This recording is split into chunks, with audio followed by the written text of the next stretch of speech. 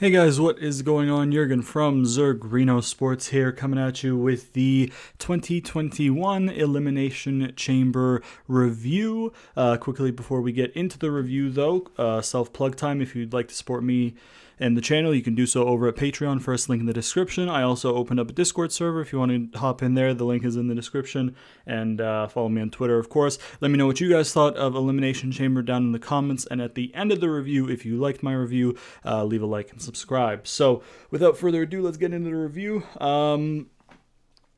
A couple notable things. There was a pre-show match to replace Keith Lee in the Triple Threat United States Championship match. I didn't watch the pre-show, but Morrison won by pinning Ali in a fatal four-way, which featured Ali, Elias, Ricochet, and then Morrison. So Morrison got into the U.S. Championship match. Another thing that should be noted is that they completely dropped the Asuka match. They didn't have somebody like answer an open challenge or replace Rhea Ripley. Or sorry, not Rhea Ripley, Lacey Evans or anything. They just completely dropped the match from the card, which was already a pretty weak card in terms of number of matches.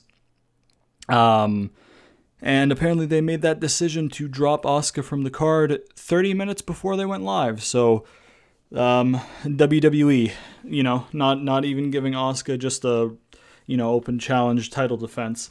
When was the last time she even defended that championship on a pay-per-view? Like, I don't even think she's defended that championship on a pay-per-view since I've been watching again. And I started watching in October, because I don't think she defended in TLC, because in TLC she won the tag titles, right, with Charlotte. And then Rumble she didn't defend it singles. And then she didn't defend it singles now. I don't think she did it Survivor Series. And then before that, I don't know, maybe at Hell in a Cell she would have. I honestly have no idea. But let's start off with the review. So we started the night off with the SmackDown Elimination Chamber, which had me believing that they would do the whole the winner faces Roman at the end of the night kind of thing. But they did start off with the Chamber. There was a cool little couple things in the entrances that were kind of cool. Kevin Owens just banged his head against the glass when he was in his pod, and Jay kind of stared him down from outside of the pod like a maniac. He banged his head on the glass multiple times, like very forcefully too. When Sammy was in his pod, Cesaro banged on the glass when he wasn't paying attention, which scared Sammy, which was fantastic. And we had Bryan and Cesaro starting off the match, which was pretty good. Corbin was the next one in after those guys. Then Sammy came in, and they had a little chamber pod thing where like he tried to like avoid getting in, and then he was like forcefully shutting his thing shut, and then the referee on the outside just opened the other side, and then Cesaro went in and beat the fuck out of him a little bit. Cesaro got elimination on Corbin, who was the first one eliminated after he did a swing and then sharpshooter combo to get Corbin to tap. So that was the first elimination of the match. They had a spot where Kevin Owens was next. And then he came in, Bryan and Cesaro were in the ring. Sammy was outside of the ring, and then he stopped Kevin Owens on his way into the ring. He's like, hey, listen, hey, you and me together, right? You and me together. And then Kevin Owens like feigns, makes it look like he's going to do that, and then he just grabs him and starts running him into the chamber pod, and Sammy's fantastic. As soon as he grabs him and starts going, he's like, oh, what the hell are you doing? And then he gets thrown into it. Sammy's great. He kind of like rams them between the pods and shit like that. And then Kevin Owens eliminates Sami Zayn later, a few moments later. They had Jay come in while they had the door open to get Sami out of the ring, and they had Jay close the chamber door on Kevin Owens' arm and then apply pressure to it, holding it on the arm. And then while he was stuck there with his arm, shit ton of super kicks, put him in the ring, more super kicks, splash, and then Jey Uso eliminates Kevin Owens, which means that the final three were Jay, Bryan, and Cesaro. There was, what the fuck did I write there? There was a spot where Cesaro got Jay in the swing and then went back and forth on the cage part of the chamber, the chain link, I guess, right on the walls. So then that looked pretty rough. And then Cesaro had like a one leg swing on Bryan, which got interrupted by a super kick by Jay, followed up by a splash to eliminate Cesaro. Then they had a false finish where Jay also tried to splash Bryan, but Bryan kicked out. And then basically Jay tried to do another splash. I think this one was from the top of the chamber pod, but I can't really remember too correctly. But Bryan gets his knees up, and then they get up, and Bryan does the running knee and then wins the chamber. And then they ended up doing the Roman match immediately after, where Roman comes down. They have the match. Bryan reversed a spear into a yes lock, which was pretty good. And then eventually, it was like 2 minutes. Honestly, it was very short. They had Roman put in the guillotine, and Bryan passed out for Roman retaining the championship. And then post-match, while Roman was celebrating, he turns around into a spear by Edge, who then points at the sign. Pyro goes off, I guess insinuating that he chose Roman, and then after the show, the official WrestleMania Twitter account confirmed that Edge had chosen Roman Reigns as his WrestleMania opponent. So, yeah. I don't really like the booking. The in-ring was good. Chamber matches are typically good because typically you'll get some of the more talented people in the roster in the match, so they can do something. They had a couple cool spots and shit like that here and there, which was nice. Yeah, like there was a spot where Cesaro and Sammy were climbing up the wall, and then Sammy got his head put into the chain link a bit, and while he was kind of hanging down, Cesaro was like, okay, I'm gonna come up here, like climb like monkey bars on the top part of the chamber, stomp you down, and then just do some pull-ups just casually, because Cesaro's a fucking monster. I don't like Cesaro not winning, honestly. Kevin Owens not winning was fine. I would have lost my mind if Jay won, in a bad way. And the way they did it, I didn't really like too much. Because not only does Bryan get the title shot immediately after, Bryan doesn't really need to win the chamber. They had Bryan get squashed in 2 minutes, right? So it's not even like you got a valiant effort rub for the match. You just kind of like got killed. You know what I mean? Like, yes, he reversed a spear into the yes lock, but like he was beat within 2 minutes anyways.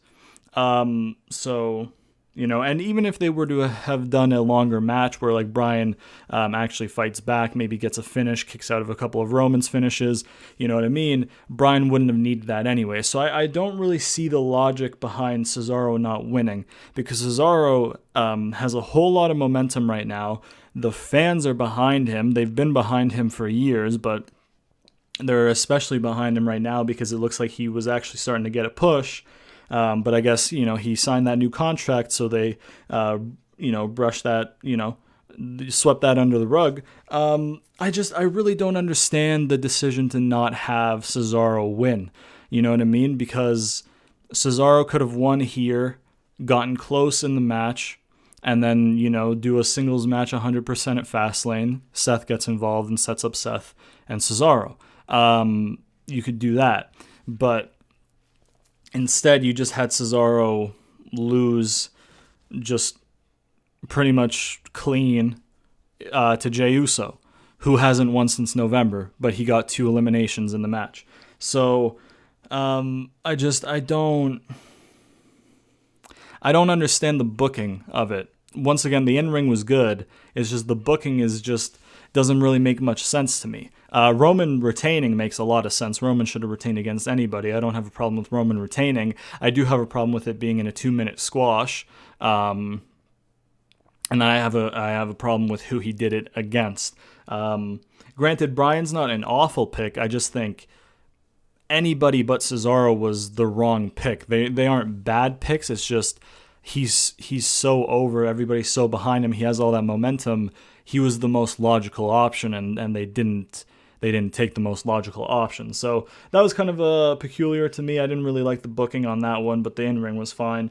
They had a quick little Bad Bunny backstage thing where he was talking to Sonya, and then Miz interrupts. And then basically Bad Bunny, Miz is like, "What are you doing here?" And Bad Bunny's like, "I'm a champion. What are you doing here? Are you a champion?" And then he like slapped him or punched him or something. It looked kind of like a bit of both, which, they zoom in the camera on Miz. Miz turns around and, Priest is there backing up Bad Bunny.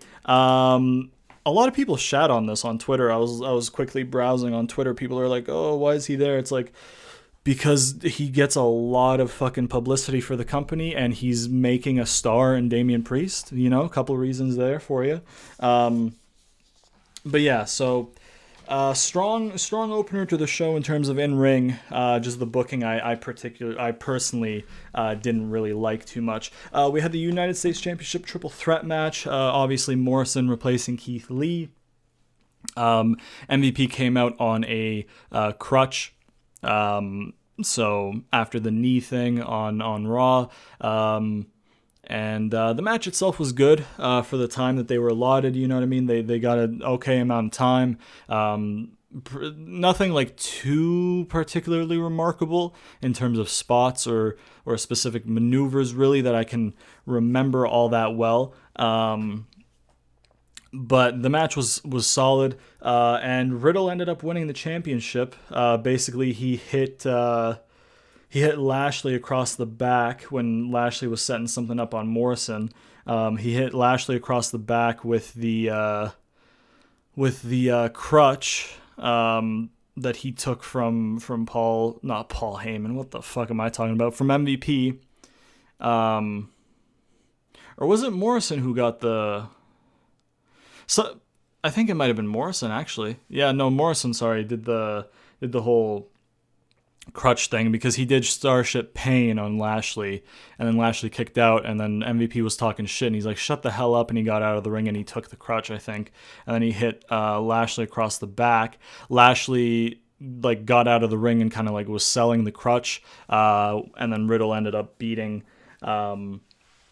Morrison to win the U.S. Championship. Again, in-ring good. Booking, I don't really get it too much. I mean, what they ended up doing in the end of the show kind of, explained why they did the taking the title off Lashley. I just think the timing isn't right for it. I think he should have lost singles against Keith Lee at Mania, have Lashley lose to Keith Lee at Mania or something like that, or maybe in a triple threat at Mania with somebody, maybe not Riddle, because he's had a million chances, and you know what I mean, but if they would have just had him do something with Keith Lee at Mania, lose the title to Keith Lee at Mania, and then post-Mania build towards him and Drew, that would have been what I think would have been best for Lashley, but they're kind of, bringing that forward a little bit on the timeline. And they had him lose the title at Elimination Chamber. So, a lot of people don't like Riddle because of the whole allegations against him and stuff like that. And honestly, I don't really have an opinion on that because it's all hearsay, kind of. Like, at least I haven't seen any evidence on either side to, prove either claim. I haven't seen any evidence that, is beneficial to Riddle's side or the other side. Maybe there is evidence and I just haven't seen it. But basically, I don't really know what's going on with that. I don't know. There's no like evidence that I've seen that paints one party as the right party or not. So I just kind of ignore what's going on with him when it comes to what he's doing in wrestling. So a lot of people were mad about that because of the case, but not necessarily because of him as the wrestler. So I'm just looking at it as him as the wrestler. But at him as the wrestler, it just... has he really done enough to get that championship? Because, like, they kind of like gave him a tiny bit of momentum and then took it away, and then he's just been getting beat the fuck out of by Lashley for a while. I don't know, triple threat, I guess. He doesn't actually beat Lashley, he beat Morrison for it, so it is what it is. You know what I mean? But yeah, once again, the booking makes sense for what they want to do. It's not like I'm saying, oh, the booking shit because Lashley lost. Lashley should have lost the title by Mania anyways. I just think that the decision to take the title off of him is just, it's happening a bit too soon, I think, is my issue with that match. Then we had the women's tag title match. They had a pre-match thing with Sasha, Bianca, and Reggie in Gorilla before the match started. The match itself was as expected of a match you could, think of when it comes to including Nia Jax, because Nia Jax is very limited. You can't really do too much with her in a match like that. But, I mean, Bianca's good. Sasha's good. Shayna's good. Shayna should be a much bigger deal in the singles department, but they partnered her with Nia because apparently they think Shayna needs Nia to carry her or some shit like that, when it's the other way around, really, because Nia can't really do anything too well. But anyways, the match itself, it was okay. Then partway through the match, Reggie comes down, throws a bottle into Sasha, who's like, I'm not going to use this to cheat. What are you talking about? The ref sees it, takes it away. Sasha's like, yo, I wasn't going to use that, while she's distracted. Samoan drop by Nia, and then she pins Sasha 1, 2, 3. Why are you going to make the match if that's going to be the finish? You know what I mean? Like, Nia and Shayna defending clean, okay, but if they're going to defend clean, why not just give the match to Lana and Naomi? You know what I mean? Or Dakota Kai and Raquel Gonzalez. If they're going to retain at all, really, without a heel turn by Sasha, why have this match happen? Because you have two people who you're building towards the Mania match with. You have the Rumble winner who has a lot of momentum that you don't want to derail, and then you have the champion who has momentum that you don't want to derail. You can't really have your contender for the championship get pinned, because it just immediately kind of, not devalues it, but it's just kind of like, oh, okay, well, she just lost.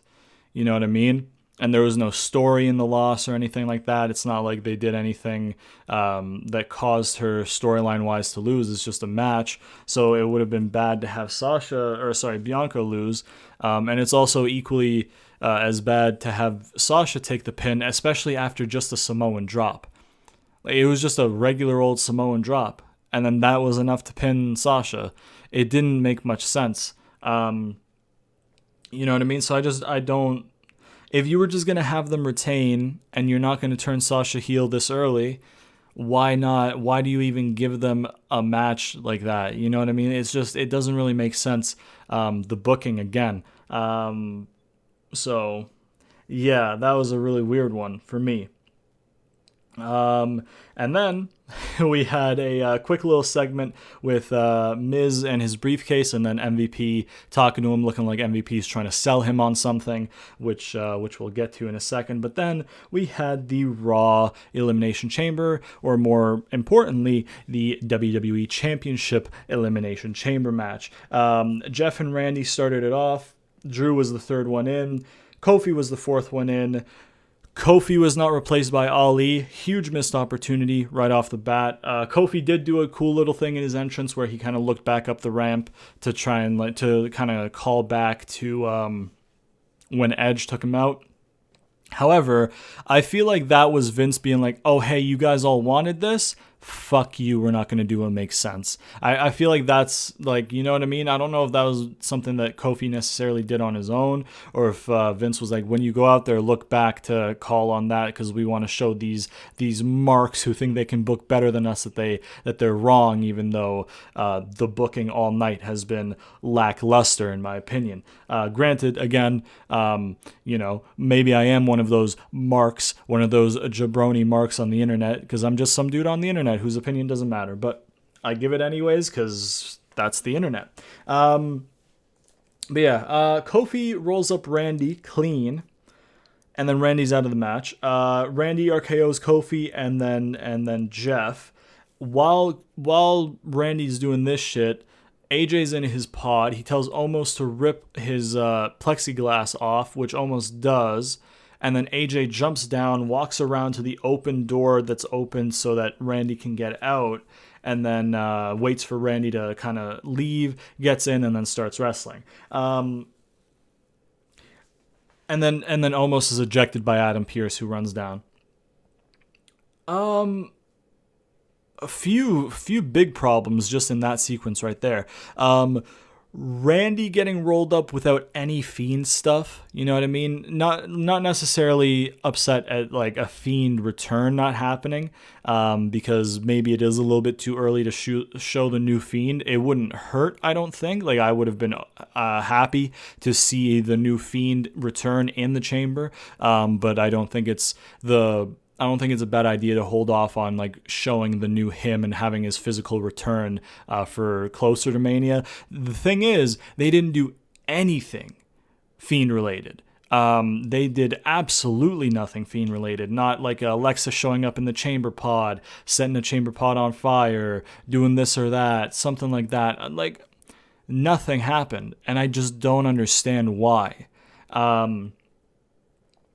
So, yeah, I really just don't understand why. And then AJ should have been disqualified or eliminated from the match, because I'm pretty sure I didn't watch Elimination Chamber last year. However, I'm pretty sure that they had like a tag team chamber and Otis was in it, and Otis got Otis ran through the plexiglass from inside all the way to the outside, and I think he was eliminated because he went out of the match or something like that. Right? If I can recall correctly. If that's the case, why was AJ not eliminated for exiting the chamber when he was, like his buzzer didn't even go to let him in, and then he just breaks out. Like, he should have been eliminated just for touching the floor and getting out of the chamber altogether, no? So I don't really understand the absence of anything Fiend related for Randy's elimination. A clean elimination for Randy. I don't understand when he's doing the Fiend stuff. I don't understand why. Like, I get why they did the whole thing, because they want to make Omos look fucking big beefy. Like, holy shit, he ripped the plexiglass off the thing, and like, yeah, with his bare hands, that's very impressive. It was probably gimmicked in some way, but like, bare hands, that's fairly impressive. But it just doesn't make sense, because AJ should have been eliminated if that's the case. So yeah. And then Sheamus obviously came out last and did a bunch of moves on people. They did a Tower of Doom spot, which was then followed up by a trust fall by Kofi off the top of a pod. A little bit later, Kofi goes for a trust fall on Sheamus only, just from the top rope. Sheamus catches it in like a backdrop position, or back suplex position, I guess. Pushes him off, so Kofi like backflips off of him, lands on his feet, shoots off the ropes, I think, and then brogue kick, and then eliminates Kofi. Jeff did a Whisper in the Wind off of the pod onto Drew and Sheamus on the ringside part of the chamber, not in the ring. And then he got in the ring. He did a swanton to AJ, but then when getting up from the swanton, he ate a Claymore and got eliminated by Drew McIntyre there. And yeah, then they had a sequence where Drew was setting up for the Claymore on Sheamus, got intercepted by a brogue kick, and then AJ phenomenal forearmed Sheamus to eliminate Sheamus, leaving it as just AJ and Drew. And then they had an incredible finishing sequence, not sequence necessarily, but an incredible finishing spot where AJ springboards off the rope for the forearm, but he gets caught midair by Claymore. And the fact that Drew McIntyre can pull that off is fucking incredible, because you have to think about Drew McIntyre is incredibly tall. He's jacked. He's You know what I mean? Like, he's got those physical properties, right? Tall and jacked. So it's hard enough for him to have the athleticism to do it. But he also had to time it on somebody who's a lot quicker than him. The way that they timed it and the athleticism involved is just incredible. It was an incredible finish to get Drew the win. Now, from a booking standpoint, Randy having no Fiend stuff I didn't like. Kofi not being attacked by Ali to replace him I didn't like. Jeff got to do a Whisper in the Wind, which was cool. You know, I don't think that AJ particularly needed to be in the final two because he's not really doing anything. He's just kind of floating right now until I think they can find something else for him to do. So I don't think he really needed to be last two. It boiling down to Sheamus and Drew as the last two might have been interesting, but you know, that's something that, you know, we can only speculate on if that would have been cool because it didn't happen. The Tower of Doom was cool. I like that. Tower of Doom spots are always pretty fun. Yeah. Other than that, I just completely, yeah. Again, in-ring was good. It was a good chamber match. Just the booking, you know, Drew retaining in terms of booking, Drew retaining is fine. And by fine, I mean the only right option in that match was Drew retaining. So yeah. I'm happy that Drew retained because that was the right call. But again, they just had some missed opportunities in there. They had some weird logic fucking shit with the AJ stuff. It was lacking a little bit for me in terms of booking yet again, which has been, I guess, a common theme for the pay-per-view in my eyes because I've pretty much only really had a problem with the booking, but I've had a problem with booking whether it be small things or big things. For every match, which is unfortunate. Lashley attacks Drew while Drew's celebrating, and after the Elimination Chamber is raised, beats the fuck out of Drew. Miz comes down, cashes in. Drew kicked out of the, you know the Miz's signature DDT thing where like he kicks out your knee so you drop to your knees and then he DDTs you from a kneeling position. He did that. Drew kicked out of it. Then he grabs Drew and hits him with the skull crushing finale. 1, 2, 3. Miz wins the WWE Championship in the year 2021. Now, here's I'm going to tell you what I think that they're going to do, and I'm going to tell you why I don't like it. If they do something different, fair play. I'm an idiot. That's typically the case. I'm an idiot.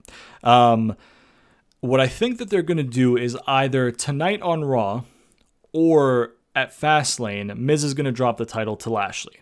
I think they're going to have either a Miz TV or an MVP or VIP lounge where it's Miz and MVP. One of them is the other's guest or whatever, or Lashley. And then Miz is like, and then MVP's like, hey, you know, when I came to you last night, I offered you a deal.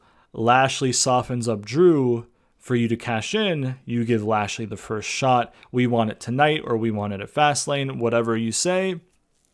And then they set up for that, right? And then Lashley obviously is going to absolutely murder The Miz, hopefully without Bad Bunny interference, because it kind of would make Lashley look a little bit shit to need Bad Bunny interference. But, you know, Lashley murders Miz. He's a transitional champion, whatever. Then you could have Sheamus and Drew at Fastlane as a number one contender thing to blow off their feud. And then you have Drew win the title back off of Lashley because that Drew didn't get his big win in front of fans last year. And that's something that WWE wanted. And it looks like that's what they're going to try and force by having him drop the title and then win it back off of Lashley. I have issues with this, though, because Lashley has been booked as a fucking monster, right? So he goes on to win the championship off of Miz. That's all fine and good.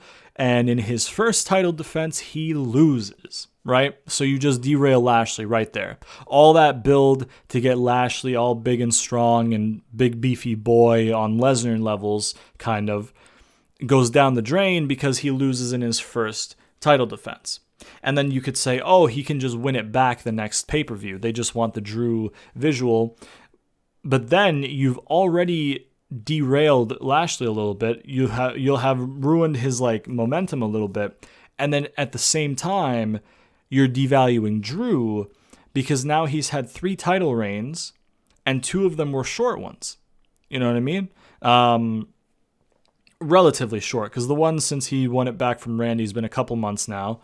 And then it'll be like a month or so for this new one if they give it back to Lashley. And you know what I mean? And if Lashley doesn't get the title back and he just moves on to something else, or like back to the U.S. title, what was the point?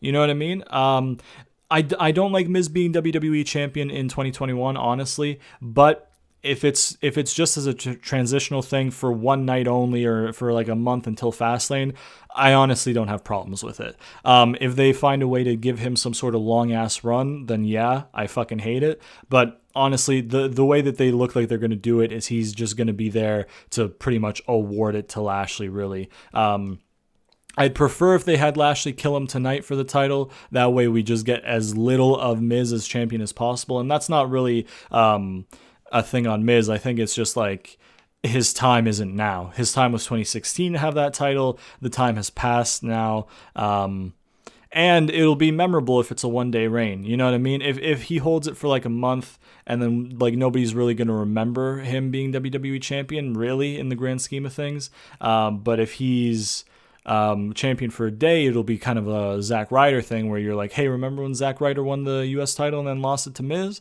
And now you're gonna be like, hey, remember when Miz was champion for a day, kind of thing. I don't know. I will say that visually, the championship looks good on him. It kind of fits his body type, I guess, or something like that. Like when he's holding the championship, it looks good. It's a good aesthetic fit, in my opinion, which is always a good thing. Because if you have somebody win the championship and they look really awkward or out of place with that championship, that's never a good thing. But Miz looks kind of, it fits the way that the title looks on him. But yeah, for a short transitional reign, fuck it, it's not the end of the world. Get the title on Lashley and then derail Lashley, which is a huge issue. But we'll have to see if that is what they end up doing with it. In terms of the way Drew lost the title tonight, I think it's fine because he's protected. He just did the Chamber. Granted, he did come in third at the Chamber, so he wouldn't have been as exhausted if he were to go bell to bell, for example. But you can't really have the bell to bell thing because Bryan went bell to bell earlier, which should have been Cesaro. So Drew's exhausted, and then it puts over Lashley because Lashley beats the fuck out of him, and then he still kicks out of a move by Miz. I wish they should have just let him kick out of one skull crushing finale. They should have just let Miz do the one skull crushing finale. Drew kicks out, and then Miz just gets like super pissed off, like obsessive, psychotic, mad, and then gets him back up and hits the second one. Doesn't pin on the second, and then just hits a third for good measure, and then 1, 2, 3. I think that would have been a little bit better than him kicking out of his signature, which is just like a snap DDT, and then getting the one finisher, especially because the skull crushing finale is one of the least protected finishers in the history of wrestling. I feel like people kick out of that shit like it's fucking like a jab or something, you know what I mean? And not like a Kamaru Usman jab, like just a CM Punk jab, you know what I mean? Like, fuck, that finish is no way protected anywhere. By any means is that finish protected. That's not. It's one of the least protected finishes I feel like of all time. So it doesn't hurt Miz to have Drew kick out of one and then do 2 for good measure out of anger.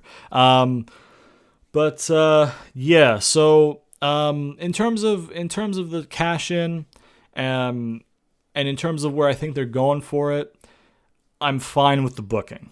On an overall grand scheme of things, am I happy that Miz was Money in the Bank to begin with? No. Am I happy that they had to force a Drew title change because they're so adamant and so stubborn and on getting that visual of him winning at Mania, winning the title at Mania with fans? No, I'm not happy that they're trying to force that because you have to make him look kind of weak. Not in terms of the way he loses it, but just like him not being able to hold the title. You know what I mean? You kind of run the risk of making him look like a little bit of a underwhelming champion just to get the visual. You know what I mean? So, but for what they're trying to do with Miz and Hurt Business working together to get Bobby in the main event picture, Miz being the transitional guy, like a pawn in all of it, I'm fine with the booking for that. I'm fine with Miz being champion if it's just a short 1 day reign, 1 month reign, or however many weeks it is until Fastlane. So I'm fine with that. I'm not happy with it, but I'm not upset at it. Kind of similar to how I wasn't really upset at Bryan earlier. It's just I'm not happy with Bryan being the guy. I was upset with the 2-minute squash, though, for Daniel Bryan, because it could have been a 5-minute valiant effort, 6-minute valiant effort for Cesaro, which would have put him over. But, it's in the past now. You can't really do too much about it. Yeah, so I don't like the precedent they're setting for long-term stuff with Drew and Bobby, just because it's kind of a lose-lose situation. Because yes, Bobby wins the title, but then he loses it immediately, and he has to lose in something. You know what I mean? Like, I don't know. I'm happy that they're elevating Lashley into the main event picture, because he was the guy I thought should have been the one to take the title off of Drew post Mania. But I mean, he still could take the title off Drew post Mania after Drew takes it off him at Mania. So that could remain the correct thing, I guess. But just the way that they're doing it is, I feel like, doing a little bit too much harm for what they're trying to do. Like, I feel like the negatives outweigh the positives with the way that they're doing it with the cash-in. But I mean, they were booked into a corner with the cash-in, man, because do you want to have a failed cash-in? No. And then you're running out of time to do the cash-in because Money in the Bank is shortly after Mania, and we're getting close to Mania. And nobody wants to see a Miz cash-in at Mania, except for maybe a handful of people, right? Which, fair enough. If that's what you like what you like. I don't care. But the majority of people don't want to see Miz cashing in at Mania to win the championship in 2021. I don't think, you know what I mean? So they were kind of handcuffed a little bit with having to do the Money in the Bank sooner rather than later. Obviously, I think Miz is going to do the whole tag team thing, him and Morrison versus Bad Bunny and Priest, with Priest going over at Mania. So, yeah. Overall, I thought Elimination Chamber was just okay, I guess. Maybe a 6.5 out of 10, I'll say. Maybe 7 out of 10, 6 out of 10, in that range. 6 to 7, 6.5, I guess, which was the first thing I said. Just because there wasn't really much that I was vehemently upset at, if I'm using vehemently right, or even saying it right. It's just, there was just stuff that I just thought that there was missed opportunities. There was, it wasn't too great. It wasn't shit or anything, I don't think, in my opinion. It just wasn't very good. It was just kind of oh, that happened. Okay. Which is a shame for me personally, because the Chamber match is one of my favorite matches. I've always loved the Chamber match just because it's just so good. You know what I mean? The whole way it's set up. I've always loved chamber matches. I love a really good book chamber match. So yeah, I don't know. It's a shame that the pay-per-view itself was kind of lackluster for me personally. I think I'll drop down from 6.5 to 6, I think, because I'm remembering the no Fiend stuff, the no Ali stuff. And again, this is personal stuff too. It's just personal opinion. It's subjective. It's not like they're doing anything where it's objectively harmful to the product with not having Ali take out Kofi or not doing Fiend versus Randy stuff. It's just subjectively, I would have liked to see those things because you could have advanced Kofi and Ali, and built to them singles at Mania with Ali going over. You could have built to other shit. You know what I mean? It's just, yeah, I don't know. A bit of a weird one in terms of booking for me, like I said. So I think I'll go with like a 6 out of 10. What I will tell you is there were a lot of mixed reviews about it, about Elimination Chamber I saw on Twitter.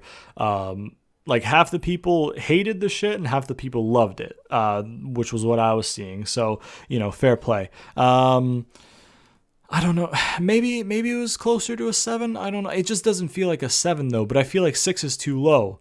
You know what I mean? Like I feel like I'm being harsh on the show with the 6, but I feel like I'm being too praising with a 7. So maybe I'll go back to my 6.5.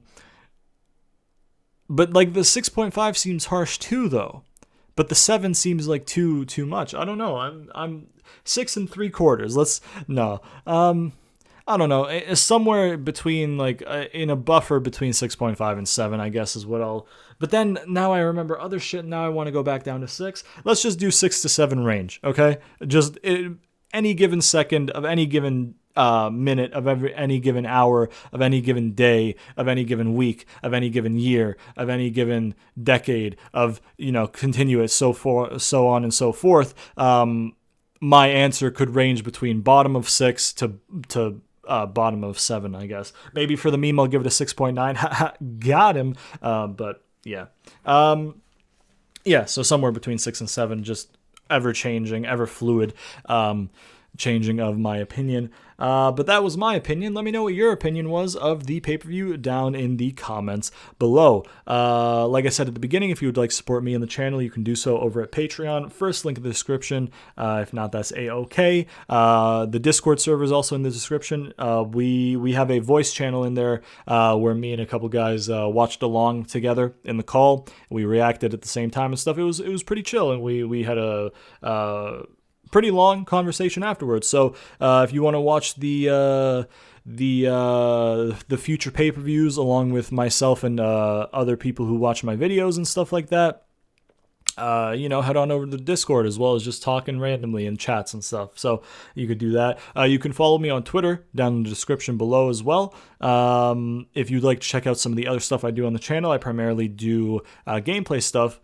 So you can see a couple playlists at the end there. One of them is going to be my GM mode where I book storylines. So if you'd like to see how I book storylines, you can check that out. And be sure to no, hold on. I have to do it. Please sponsor me, Peace Tea. Guys, it's like I have a mental contract with myself that's legally binding, where I have to beg for a sponsorship in every video, because that's the gimmick. I got to keep the gimmick alive. Please sponsor me, Peace Tea. Be sure to turn on notifications so you never miss an episode, because YouTube likes to zuck your boy and not put my videos in your sub boxes. So by pressing that nice old bell icon, you will get a push notification anytime I do upload, and you'll never have to miss it. And that's the video, man. Hope you guys enjoyed it. If you did, please leave a like, subscribe, share it to all your friends, comment down below, all that good shit. And I'll see you guys next time.